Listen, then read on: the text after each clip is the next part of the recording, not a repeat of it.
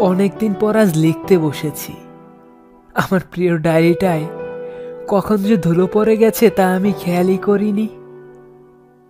আজ আমি অনেক ক্লান্ত, অনেক ক্লান্ত আজ। জীবনের সাথে যুদ্ধ করতে করতে আজ আমি অনেক ক্লান্ত হয়ে গেছি। যুদ্ধ করার মতো কোনো হাতিয়ার যে নেই আমার কাছে আজ আর। আজ আমার নিঃশ্বাস নিতে খুব কষ্ট হচ্ছে, খুব কষ্ট হচ্ছে আজ আমার।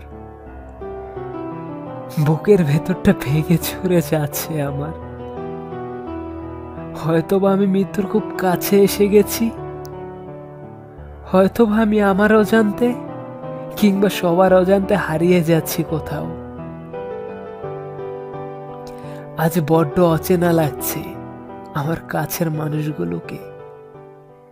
বুকের ভেতরের কষ্টগুলো বুক চিরে সবাইকে দেখাতে ইচ্ছে করছে আজ, কিন্তু কাকে দেখাবো আমি?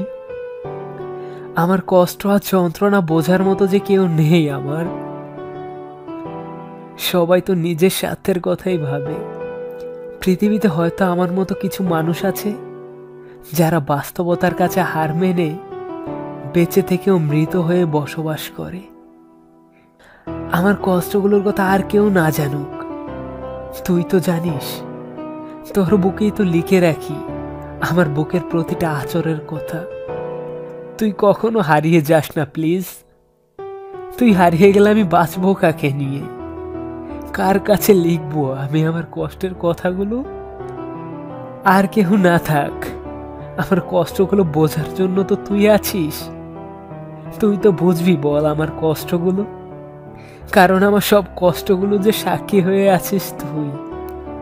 আমার চোখের জলের প্রতিটা ফোঁটা যে তোর বুকেতেই পড়ে। তুই তো বুঝবি বল আমি কতটা কষ্টে আছি। কে আছে আর বোঝার মতো আমার?